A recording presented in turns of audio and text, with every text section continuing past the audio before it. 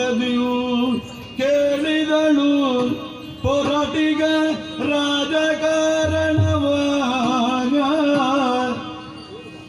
ಎಲ್ಲಿಗೆ ಗಮನ ನಿಲ್ಲಲು ರಮಣ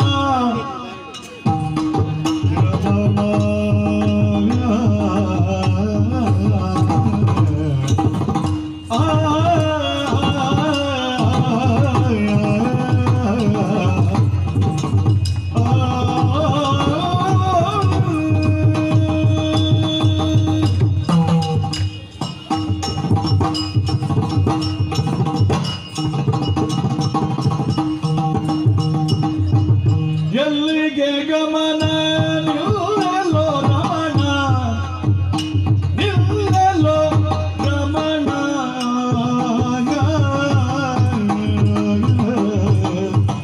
ನಿಲ್ಲಲೋ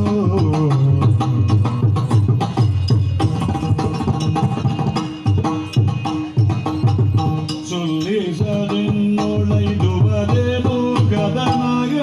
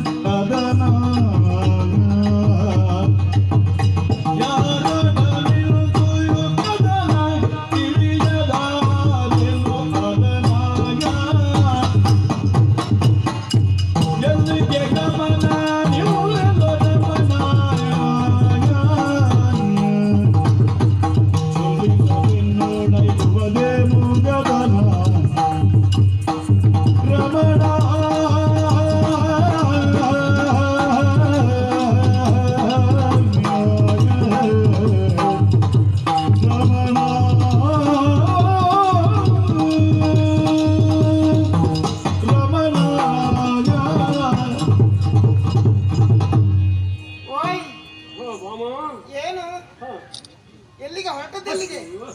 ಎಲ್ಲಿಗೆ? ಅವಸರವಾಗಿ ಒಂದು ಘನ ಕಾರ್ಯವನ್ನು ಸಾಧಿಸುವುದಕ್ಕೆ ಹೊರಟಿದ್ದೇನೆ. ಎಲ್ಲಿಗೆ ಅಂತ ಪ್ರಶ್ನೆ ಮಾಡುದಾ? ಅಲ್ಲಿ ಎಲ್ಲಿಗೆ ಅಂತ ಕೇಳಬಾರ್ದಾ? ಕೇಳಬಾರ್ದು. ಮತ್ತೆ ನಾವು ತಿಳ್ಕೊಳ್ಳೋದು ಹೇಗೆ? ಅಪಶಕುನವೇನೆ ದೂರ ಅಂತ ಕೇಳಬಹುದಲ್ಲ? ಅಪಶಕುನವ ಮತ್ತೆ ಈಗ ಎಲ್ಲಿಗೆ ಎಂಬ ಪದ ಪ್ರಯೋಗದಿಂದ ಅದು ಅಪಶಕುನವಾಗುತ್ತದ? ಹೋಗುವ ಯಾವ ಕಾರ್ಯಕ್ಕಾದ್ರೂ ಬೆಕ್ಕು ಅಡ್ಡ ಬಂದ್ರೆ, ಹಾವು ಅಡ್ಡ ದಾಟಿದ್ರೆ, ಒಬ್ಬ ಬ್ರಾಹ್ಮಣ ಸಿಕ್ಕಿದ್ರೆ ಸರಿ ಸರಿ ಸರಿ ಅವಶಕುನ. ಬೆಕ್ಕು ಅಡ್ಡ ಬಂದ್ರೆ ಅಪಶಕುನ ಅಂತ. ಮನೆ ಬಿಟ್ಟು ಹೊರಟು ಹೋಗುವಾಗ ಮನೆ ಬೆಕ್ಕು ಅಡ್ಡ ಮಾಡಬಾರ್ದು. ಬೆಕ್ಕು ಬೆಕ್ಕೆ. ಆದ್ರೆ ನಾನು ಮನದ ಬೇಕು ತಾನೆ ನಿಮಗೆ, ನಿಮ್ಮ ಬಳಿ ಅಲ್ವಾ? ನಾನು ನಿಮ್ಮ ಹತ್ತಿರ ಇರುವ ನನ್ನಲ್ಲಿ ಒಂದು ಮಾತು ಭಾವೆ ನಾನು ಇಂತಲ್ಲಿಗೆ ಹೋಗಿ ಬರ್ತೇನೆ ಇಷ್ಟಾದ್ರೂ ಹೇಳ್ಬೇಕೋ ಬೇಡವಾ? ನೀವು ಹೇಳುವಷ್ಟು ವ್ಯವಧಾನ ಇಲ್ಲವೇ? ನೀವು ಹೇಳದಿದ್ರು ನಾನು ತರ್ಕಿಸಿಕೊಂಡಿದ್ದೇನೆ. ಇಲ್ಲಿಗೆ ದೇವೇಂದ್ರ ಬಂದುದನ್ನು ಗಮನಿಸಿದ್ದೇನೆ, ಅವನಾಡಿದ ಮಾತುಗಳನ್ನು ಕೇಳಿದ್ದೇನೆ. ಹೀಗಿರುವಾಗ ನೀವು ಹೊರಟದ್ದೆಲ್ಲಿಗಿದ್ದು ನೀವು ಹೇಳಬೇಕು ಅಂತ ಇಲ್ಲ, ನಮ್ಗೆ ಅರ್ಥ ಆಗ್ತದೆ. ಯಾರಲ್ಲಿ ಕದನ ಕೀರವಾಣಿ ಕೇಳೆ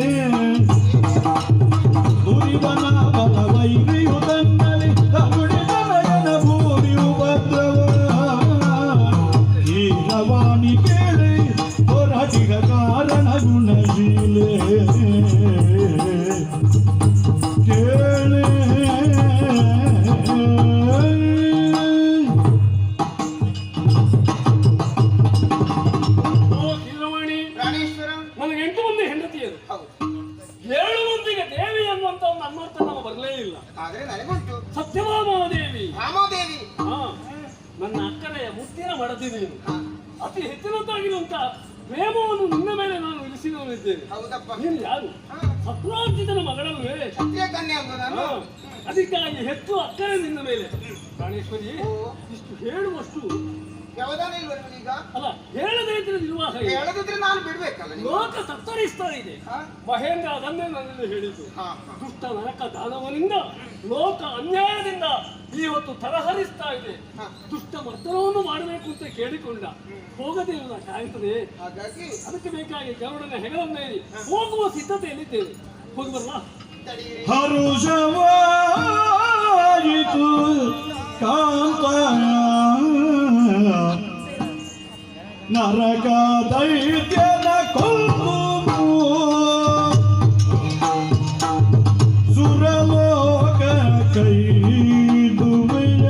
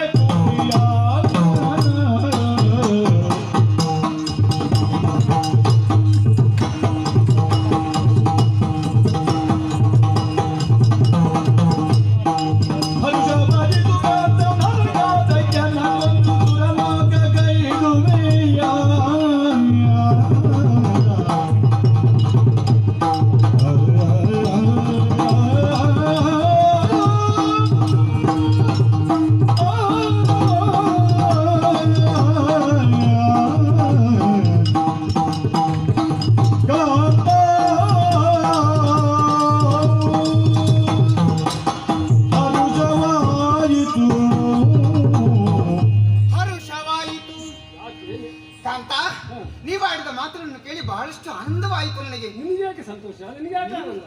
ಸ್ವರ್ಗಲೋಕಕ್ಕೆ ಹೋಗುವುದು ಅವ ಯಾವ ಪಾತಾಳದಲ್ಲಿ ಅಡಗಿದರೂ ಕೂಡ ಬಿಡುವ ಹಾಗಿಲ್ಲ. ಅಲ್ಲ, ಒಂದೇ ಕೊಲುತ್ತೇನೆ ಅಂತ ತೀರ್ಮಾನಿಸಿದೆ. ಸ್ವರ್ಗಲೋಕದಲ್ಲಿ ಹೋಗಿ ಪಾತಾಳವನ್ನು ಹುಡುಕಿದ್ರೆ ಆಗ್ತದೆ, ಅದು ಪಾತಾಳದಲ್ಲೇ ಇರುವಂತದ್ದು. ಅಲ್ಲ, ಎಲ್ಲಿ ಇರ್ತಾನಂತ ಹೇಳುವುದಕ್ಕಾಗಲ್ಲ. ಹಾಗೆ ಈಗ ಒಂದೇ ಹೇಳ್ತೇನೆ, ನರಕ ದೈತ್ಯನನ್ನು ಕೊಲ್ಲುವುದಕ್ಕಾಗಿ ತಾವು ಹೊರಟಿದ್ದೀರಿ ಅಂತ ಆದ್ರೆ ನನಗೆ ಬಹಳ ಆನಂದವಾಗುತ್ತದೆ. ನಿಮ್ಮ ಬಗ್ಗೆ ನಾನು ಸಾಕಷ್ಟು ಕೇಳಿಬಲ್ಲೆ.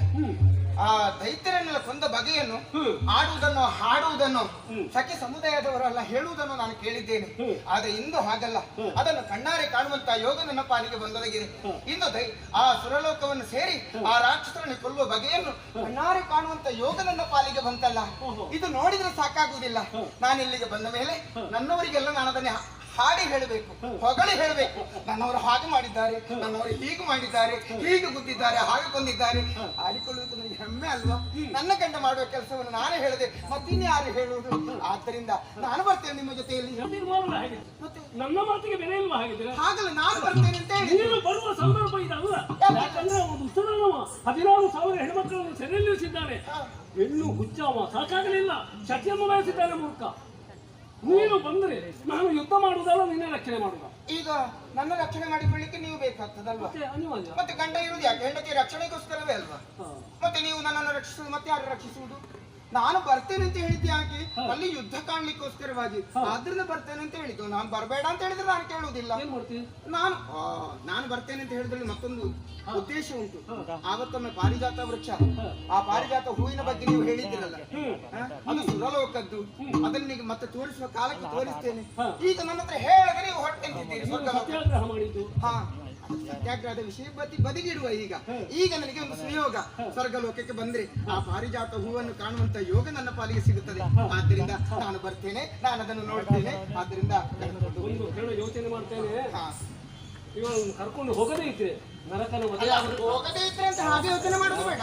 ಹೋಗದೇ ಇದ್ರೆ ನನಗೇನ್ ಮಾಡ್ಬೇಕು ಅಂತ ನನಗೂ ಗೊತ್ತುಂಟು. ಅಲ್ಲ, ನೀವು ಆವತ್ತಿನ ಮತ್ತೆ ಮಾಡ್ಬೇಕಾದಿತ್ತು. ಪಾರಿಜಾತ ಪ್ರಕರಣ ಬಾಗಿಲು ಹಾಕಿದ್ದು, ಬಟ್ಟೆ ಬಿಚ್ಚಿ ಬಿಸಾಡಿ ಹಾಕಿ ಮೂಲೆಯಲ್ಲಿ ಮುಸ್ಕು ಹಾಕಿ ಮಲಗಿದ್ದು, ಅದೆಲ್ಲ ಮತ್ತೆ ಮರ್ತೋಗಿಲ್ಲ. ಅದು ನಿನ್ನನ್ನು ಕರ್ಕೊಂಡು ಹೋಗಕ್ಕೆ ನಾನು ಬದ್ಧನಾಗಿದ್ದೇನೆ. ಪುನರಾವರ್ತನೆ ಆಗದ ಹಾಗೆ ಮಾಡಿಕೊಂಡ್ರೆ ಆಯ್ತು. ಗರುಡ ನಮ್ಮನ್ನೇ ಕಾಯ್ತಾ ಇದ್ದಾನೆ. ಅವನ ಹೆಗಲನ್ನು ಏರಿ ಹೊಡೆಯೋಣ.